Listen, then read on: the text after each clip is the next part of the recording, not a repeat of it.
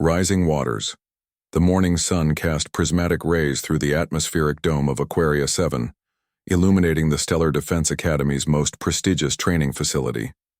Nestled in a valley between towering crystal formations, the compound represented the pinnacle of galactic military education. Here, the brightest young minds from across the known universe gathered to prove themselves worthy of protecting the Alliance. Maya Chen adjusted her training uniform, the fabric feeling uncomfortably alien against her skin. As the sole human representative in this year's elite program, she carried the weight of Earth's reputation on her shoulders. Around her, fellow cadets from distant star systems prepared for another day of intensive training. Zephyr hummed past, their crystalline body refracting light into dazzling patterns. The Praxian's form could shift between solid and energy states, making them nearly invincible in combat simulations. "Good morning, Maya," they chimed, their voice resonating like wind chimes. "Ready for today's exercise?" Before Maya could respond, Crix emerged from the aquatic quarters, water droplets sliding off their iridescent scales. The Selkari's amphibious nature made them masters of both land and sea operations. Their four eyes blinked independently as they surveyed the gathering. "The instructors seem particularly excited today," Crix observed, their voice carrying a liquid quality. "Something significant is planned." Vortex materialized nearby, their gaseous form contained within a specially designed exosuit. The nebulae possessed the ability to become completely intangible, passing through solid matter at will.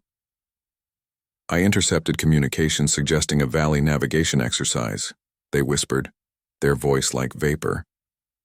"Should be elementary for beings of our caliber." Maya remained quiet, observing her classmates' casual confidence. Each species brought unique evolutionary advantages to the Academy. The Praxians with their energy manipulation, the Selkari with their aquatic adaptability, the nebulae with their phase-shifting abilities. Humans, by comparison, seemed remarkably ordinary. Commander Sektar's arrival silenced all conversation. The instructor's obsidian exoskeleton gleamed as they strode to the center of the assembly area. "Cadets!" Their mandibles clicked in what Maya had learned was approval. "Today you undertake the Valley Gauntlet. You will navigate through the lower Cathara valleys using standard equipment. Your objective: reach extraction point Zeta by sunset." The mission briefing continued with typical military precision. Maps were distributed on holographic tablets, emergency protocols reviewed, confidence levels assessed. Maya noticed the weather.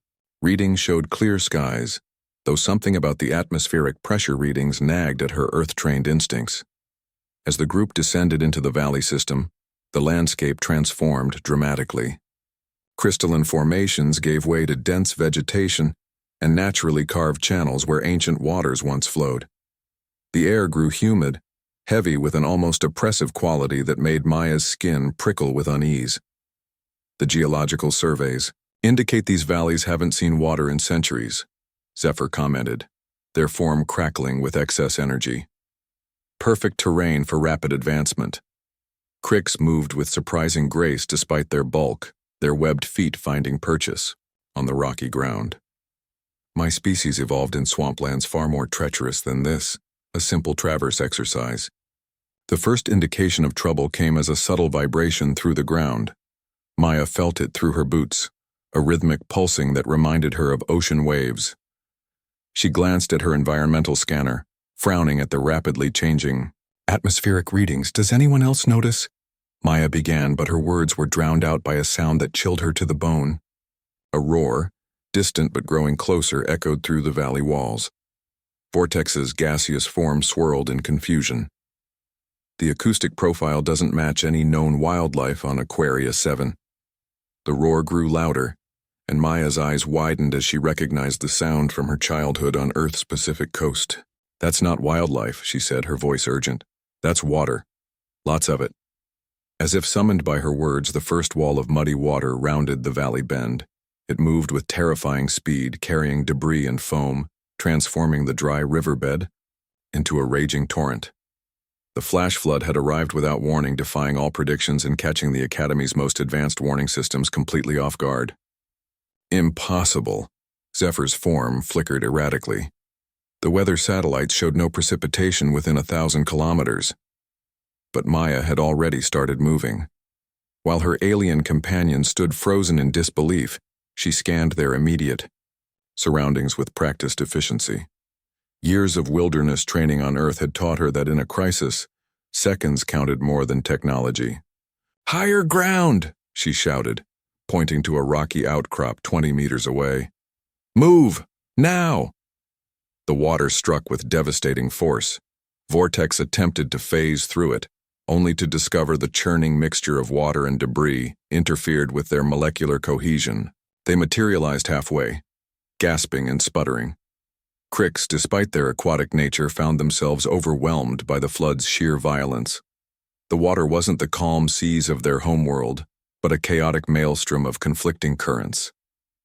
Zephyr's energy form crackled dangerously as water splashed against them, causing painful feedback loops.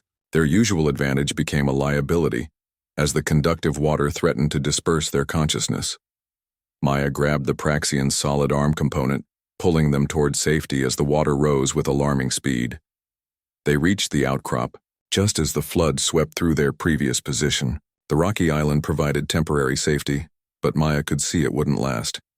The water continued rising, fed by some massive upstream event that their advanced systems had completely failed to predict. "My communicators fried," Crix reported, holding up the sparking device. Water dripped from their scales as they tried to activate emergency beacons. "The flood's carrying some kind of mineral content that's shorting out our equipment." Vortex's form wavered unstably. "I cannot maintain cohesion in this environment. The electromagnetic interference is too severe." Maya watched the water level creeping higher, her mind racing through possibilities. Around her, the alien cadets, each one capable of feats that seemed like magic to human standards, stood paralyzed by a situation their technology couldn't solve. Their specialized equipment, designed for energy-based threats and conventional warfare, proved useless. Against nature's raw power, "We need to get higher," Maya said, studying the valley walls. "And we need something that floats." Zephyr's form pulsed with frustration. "Our emergency shelter pods are in our packs, which are now underwater. Even if we retrieved them, the anti-gravity units won't function in this interference." Maya had already dismissed their high-tech solutions. Instead, she found herself thinking of stories her grandmother told about floods in Bangladesh, about human ingenuity in the face of natural disasters. While the aliens debated theoretical solutions, she began gathering materials. "What are you doing?" Crix asked, watching Maya collect pieces of driftwood and vegetation. "Building," Maya replied simply, testing the buoyancy of different materials. "We need a raft." The concept seemed to bewilder her companions. Vortex's voice carried confusion. "A primitive floating platform? Surely there must be a more sophisticated solution." But Maya had already learned a crucial lesson. Sometimes the simplest solutions were the most reliable. As the water continued its relentless rise and her alien companions' advanced abilities proved insufficient, she focused on what humans had always done best: adapt, improvise, and survive. The floodwaters swirled higher, and time was running out. Maya worked with determined focus, her hands moving with practiced efficiency, while the aliens watched in growing amazement. Their technology had failed them, their evolutionary advantages neutralized, but the human cadet had already begun crafting their salvation from the most basic materials available. As the first section of Maya's raft took shape, the true test was about to begin. The water showed no signs of stopping, and their rocky refuge grew smaller by the minute. In this crisis, it wouldn't be advanced alien powers or sophisticated technology that saved them. It would be human ingenuity and the oldest survival skills known to Earth. Against the current, the water rose another meter in the time it took Maya to lash together the first logs. Her fingers worked with muscle memory from summers spent at wilderness camps, tying knots that had served humanity for millennia. The aliens watched with a mixture of skepticism and desperate hope as their situation grew increasingly dire. "This fibrous plant," Maya explained, stripping long vines from the partially submerged vegetation, has similar properties to hemp. It should hold even when wet. She demonstrated the technique to Crix, whose dexterous webbed fingers proved surprisingly adept at following her movements. Zephyr's energy form flickered dangerously close to the water's surface. I'm losing cohesion. The mineral content is creating a conductive field that's destabilizing my matrix. Maya glanced up from her work, assessing the Praxian's condition. Can you solidify completely? Make yourself denser? That would leave me vulnerable, Zephyr protested. Without my energy state, I'm just alive, Maya interrupted firmly. Which is what matters right now. Solid form, maximum density. We'll secure you to the raft center. The suggestion went against every instinct Zephyr possessed. Praxians prided themselves on their energy manipulation abilities. To voluntarily abandon that advantage felt like asking a bird to clip its own wings. But as another wave crashed against their shrinking refuge, survival instinct overrode pride. Vortex attempted to help, but their gaseous form could barely maintain basic cohesion. I'm useless, they wheezed, their voice distorted by the electromagnetic interference. My people were never meant for this kind of environment.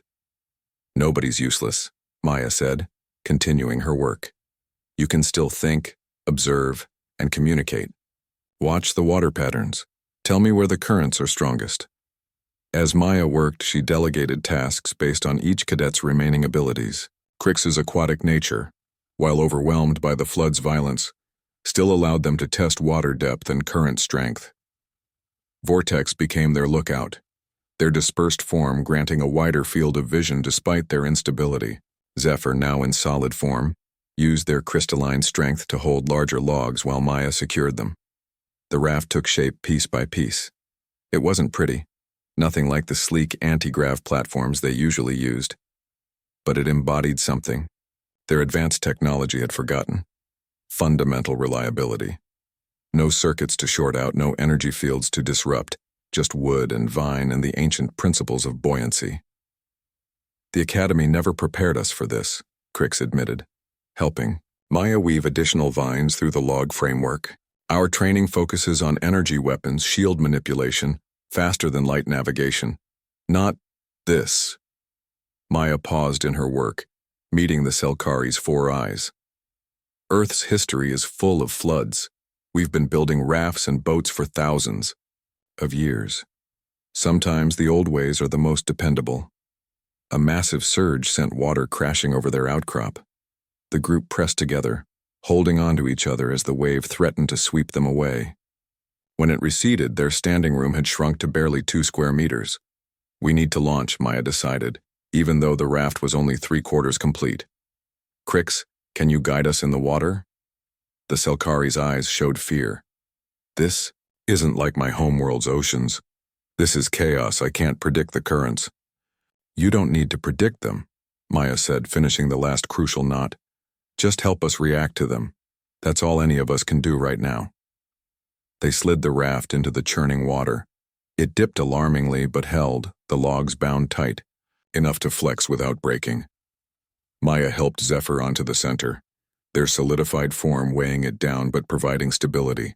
Vortex compressed themselves as much as possible into their containment suit, clinging to the raft's edge. Crix, you're our propulsion and steering, Maya instructed, taking position at the front. I'll watch for obstacles. Everyone hold on. The moment they pushed off from their refuge, the current seized them. The raft spun wildly before Crix's powerful strokes brought some measure of control. Maya's heart pounded as they rocketed through the flooded valley, debris and turbulent water threatening to tear their craft apart at every turn. Rock formation ahead, Vortex warned, their dispersed senses detecting the hazard before it became visible. Maya and Crix worked in tandem, human observation combined with alien strength to navigate past the obstacle. The raft scraped against stone but held together, the flexible vine connections allowing it to bend without breaking. As they traveled, Maya noticed other cadets stranded on rapidly shrinking islands. A group of Thornax cadets, their silicon-based bodies too dense to swim, huddled on a partially submerged tree. Their emergency beacons flickered uselessly, their anti-grav harnesses waterlogged and dead. We have to help them, Maya said, already adjusting their course. The raft can't hold more weight, Zephyr protested, their solid form already straining the construction. Maya studied the situation, her mind racing. We don't need to carry them. We need to give them something to hold on to. She began unwinding extra vines. Crix, can you get us close? The Selkari's swimming proved invaluable as they maneuvered toward the stranded cadets. Maya threw vine lines, creating a tow line system. Hold on tight. We'll pull you to higher ground. One by one, they collected survivors, not by loading them onto the raft, which would have sunk under the weight, but by creating a flotilla of connected survivors. The Thornax cadets, once rescued, used their strength to help paddle. Other species contributed their remaining abilities to the group effort. This is impossible, one of the rescued cadets gasped. How is primitive technology succeeding where our best equipment failed? Maya guided another survivor to grab onto their lifeline. Because it's not about the technology. It's about understanding the problem and adapting to it. Water doesn't care about your energy shields or phase abilities. It only responds to physics, displacement, buoyancy, fluid dynamics. As they continued their rescue efforts, something remarkable happened. The diverse group of aliens began working together in ways their advanced training had never taught them. Without their technological advantages, they had to rely on basic cooperation and trust. The Thornax's strength complemented the Selkari's swimming. The nebula's wide perception helped spot both dangers and survivors. Even species that traditionally competed found themselves united by necessity. There, Vortex called out. The valley opens into a basin ahead. If we can reach the eastern shore, there's high ground. But between them and safety lay the convergence of multiple flood channels.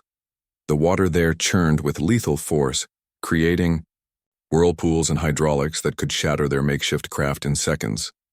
Maya studied the pattern, her earth-trained eye reading the water's behavior.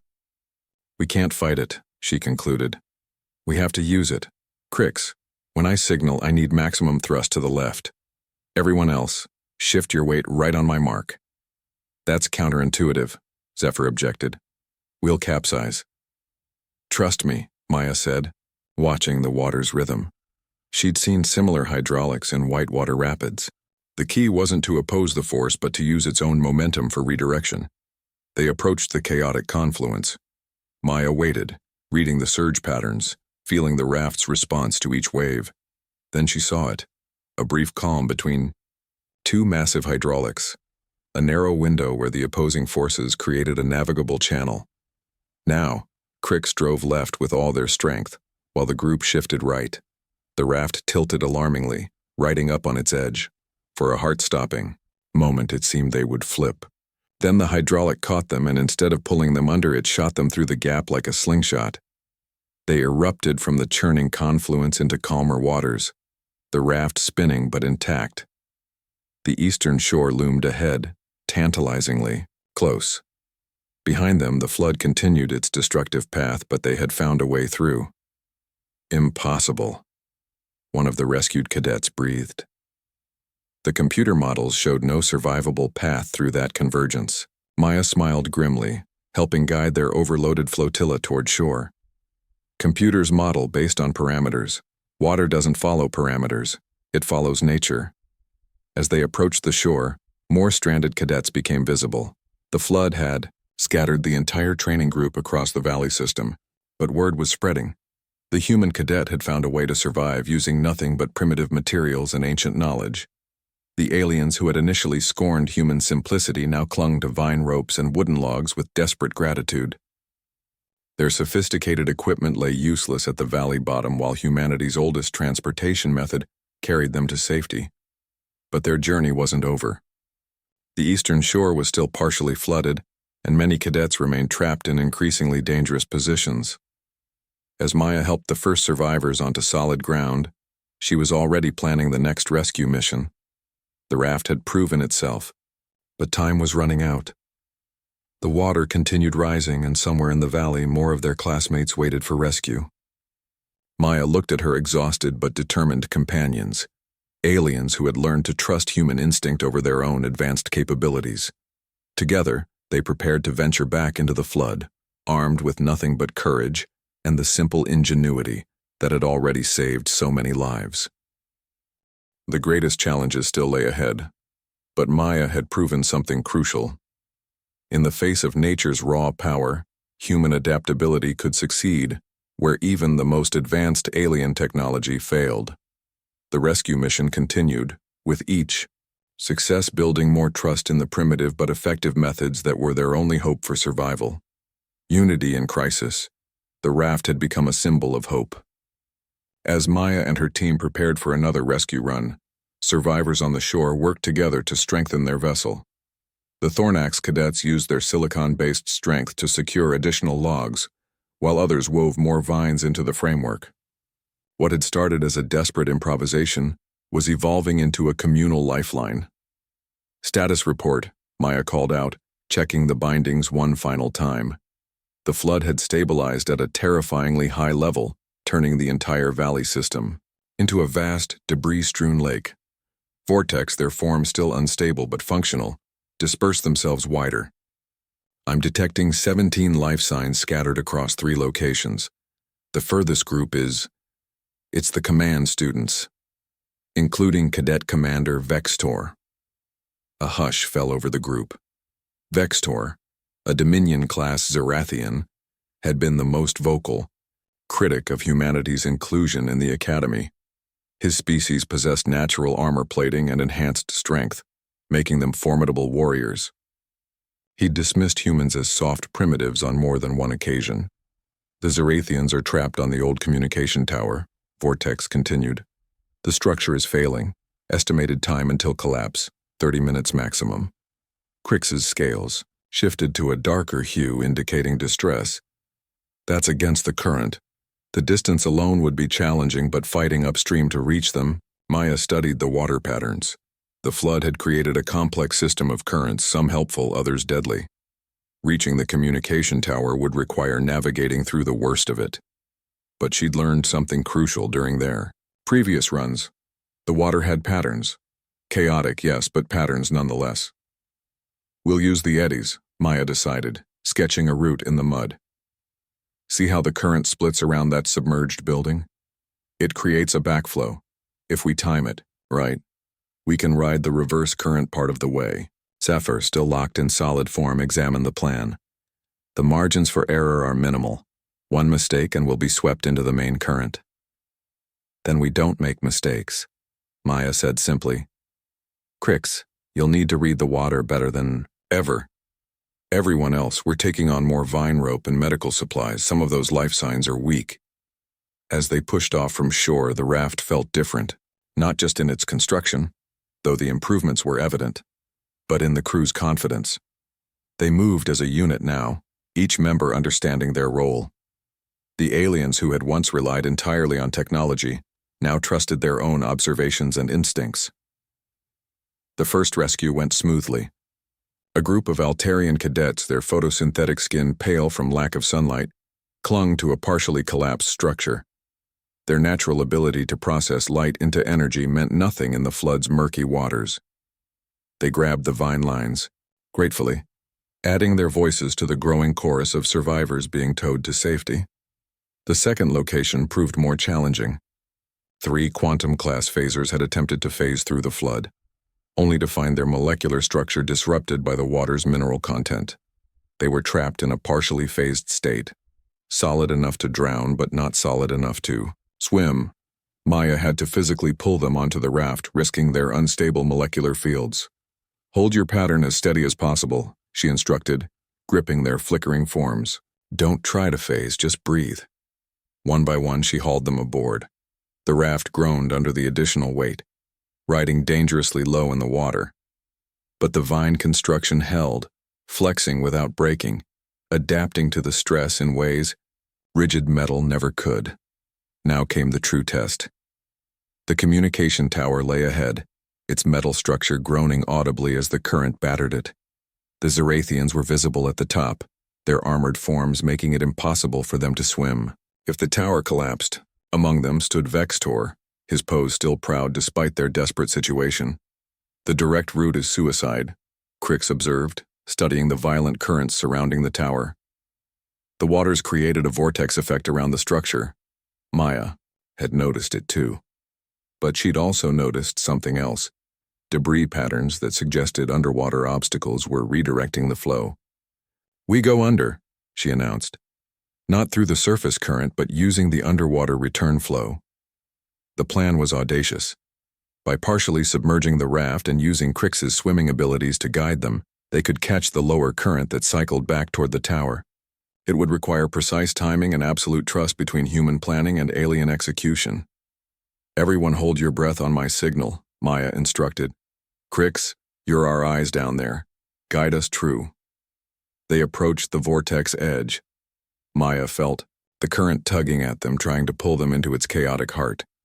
She waited, watching the debris patterns, calculating the rhythm. Then she saw their window. Now. Down. The team took deep breaths and Crix drove them under. The raft submerged partially, its buoyant construction fighting to rise while they fought to stay down. The world became a murky blur of churning water and spinning debris. Maya's lungs began to burn, but she held on, trusting Crix's navigation.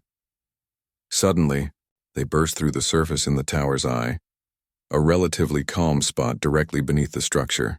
Above them, the Zarathians watched in amazement. Maya uncoiled the vine ropes, her voice carrying over the water's roar. "Climb down. The vine will hold your weight." Vextor hesitated, his pride warring with survival instinct. The tower groaned, ominously, metal supports beginning to buckle. One of his subordinates made the decision for him, grabbing a vine and beginning the descent. "The primitive method," Vextor said, his voice carrying a mix of disbelief and reluctant respect. "It actually works. Less talking, more climbing," Maya shouted as the tower tilted further. The Zarathians descended with surprising agility, their armor providing grip on the wet vines. Vextor came last, just as the tower's supports finally gave way.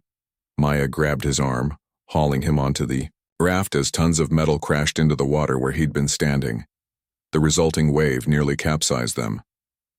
Everyone clung to whatever they could find as the raft bucked and spun. But the flexible construction held once more, riding the surge. Instead of fighting it, when they finally stabilized, they found themselves pushed clear of the vortex, drifting toward safer waters. Vextor stared at Maya, his usual arrogance replaced by something approaching humility. "You risked everything to save us, even though I've been nothing but dismissive of your species." Maya met his gaze steadily. "That's what humans do. We don't leave anyone behind. Ever." The journey back to shore became a triumph. Word had spread among the scattered survivors. The humans' raft was coming. Cadets who had given up hope now called out, waving from their precarious refuges. The raft made multiple stops, the rescue flotilla growing larger with each success. By the time they reached the eastern shore, they were towing nearly 40 survivors. Aliens who had never imagined cooperating without their technology now worked, in perfect synchronization. Species that had competed for Academy rankings now shared the same vine rope, united by their common survival. As the last survivors scrambled onto solid ground, Maya finally allowed herself to feel the exhaustion. Her hands were raw from rope work, her muscles screaming from exertion. But they'd done it.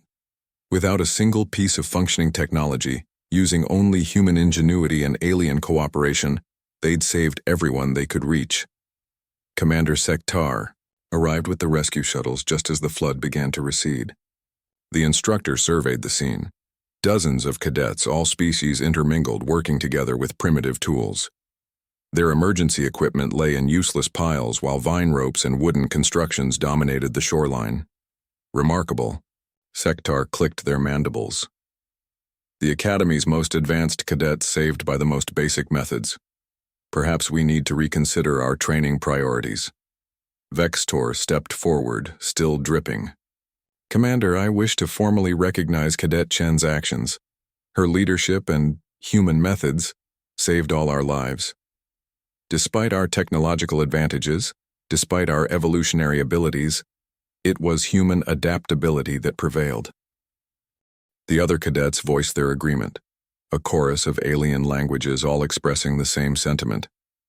Maya had proven something that no amount of advanced training could teach. Sometimes the simplest solutions were the strongest.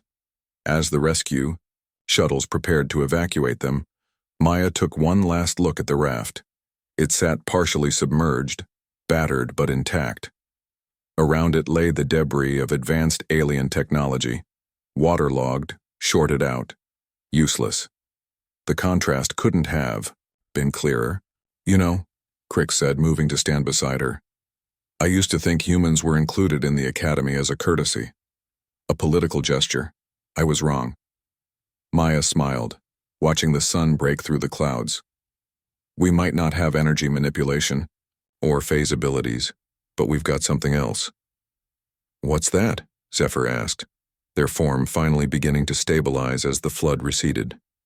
5,000 years of learning to survive when everything goes wrong," Maya replied. "Sometimes that's the most valuable ability of all." As they boarded the shuttles, the alien cadets carried with them more than just the memory of survival. They carried a new understanding that in the vast tapestry of galactic civilization, humanity's contribution wasn't technological superiority or evolutionary advantages. It was something simpler and infinitely more valuable: the unbreakable spirit of adaptation and the willingness to risk everything for others. The academy would rebuild. New equipment would replace the old. But the lessons learned in the flood would endure. And at the center of those lessons was a simple truth. When faced with nature's raw power, human ingenuity and the courage to try primitive solutions could succeed where even the most advanced civilizations failed. Maya's raft had saved more than lives. It had built a bridge between species, proving that in unity and simplicity lay the greatest strength. As the shuttles lifted off, carrying them to safety, every cadet knew they'd witnessed something extraordinary, not just a rescue, but a fundamental shift in understanding what it meant to be truly advanced.